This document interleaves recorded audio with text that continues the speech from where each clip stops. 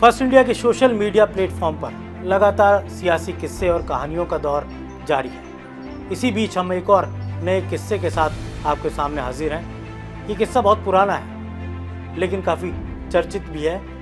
ये अलग बात है कि बहुत कम लोग इसके बारे में जानते हैं। राष्ट्रीय स्वयंसेवक संघ के बारे में तो आपने सुना ही होगा।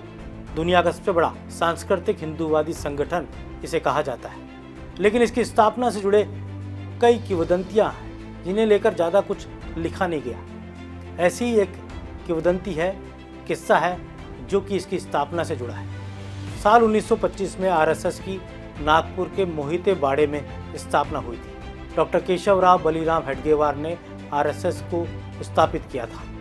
मोहिते बाड़े जहाँ पर संघ की स्थापना हुई या यूं के संघ का कार्य जहाँ से शुरू हुआ, वो मोहिते बाड़े एक ज़माने भर तक भूतों का निवास स्थान कहा गया। साल 1907 के अंदर इसी मोहिते बाड़े में शालूबाई रहा करती थी, जो राजसी ठाठ बैठ और वैभव के कारण वहाँ चर्चित थी। और मोहिते बाड़े भी उसी दौरान काफ़ी चर्चा में रहता था क्योंकि वो बहुत भव्य था।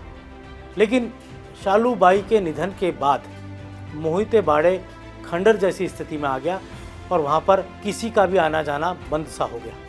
और खंडर हालत में उसे नागपुर के लोग ये कहा करते थे कि यहाँ पर भूतों का निवास स्थान है। जब केशवराम बलिराम हेडगेवार संघ की स्थापना को लेकर किसी ऐसे उपयुक्त स्थान की तलाश में थे जहाँ पर नियमित रूप से बैठकें हो सके, जहाँ पर नियमित रूप से संघ की व्यायामशालाएं और शाखाएं लग सके, तो उन्हें ऐसे स्थान की तलाश में वो पहुँचे मोहिते बाड़े।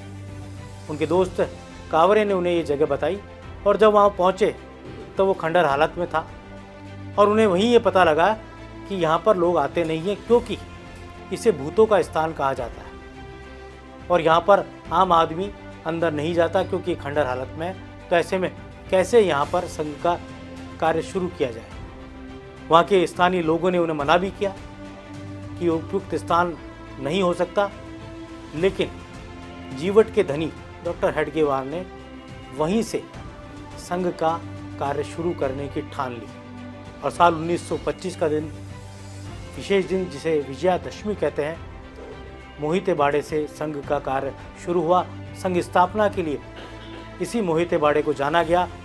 आज इतिहास में मोहिते बाड़े को आरएसएस की स्थापना के कारण जाना जाता है, लेकिन अतीत में ये भूतों के निवास स्थान के तौर पर भी खासा चर्चित रहा। यूँ कहा जा सकता था कि कभी भूतों का स्थान रहा मोहिते बाड़े आज संघ का हेडक्वार्टर है। साल 1941 में यहीं पर कई दिग्गज भी पहुंचे, जिनमें कांग्रेस के विट्ठल भाई भी थे और उन्हें मोहिते बाड़े में संघ स्थापना के लिए अपने यहाँ से धनराशि भी दी। ऐसा कहा जाता है कि मदन मोहन मालवीय भी मोहिते बाड़े आए थे और संघ के कार्य को देखा था।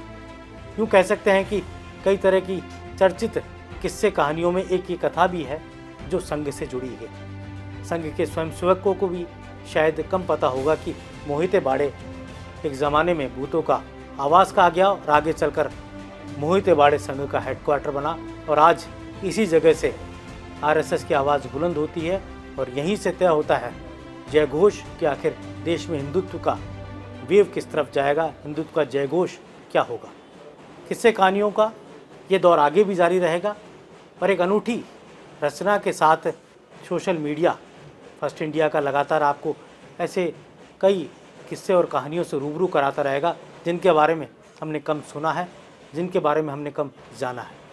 फिर आपके सामने योगेश शर्मा मैं हाजिर रहूँगा नए किस्से के साथ।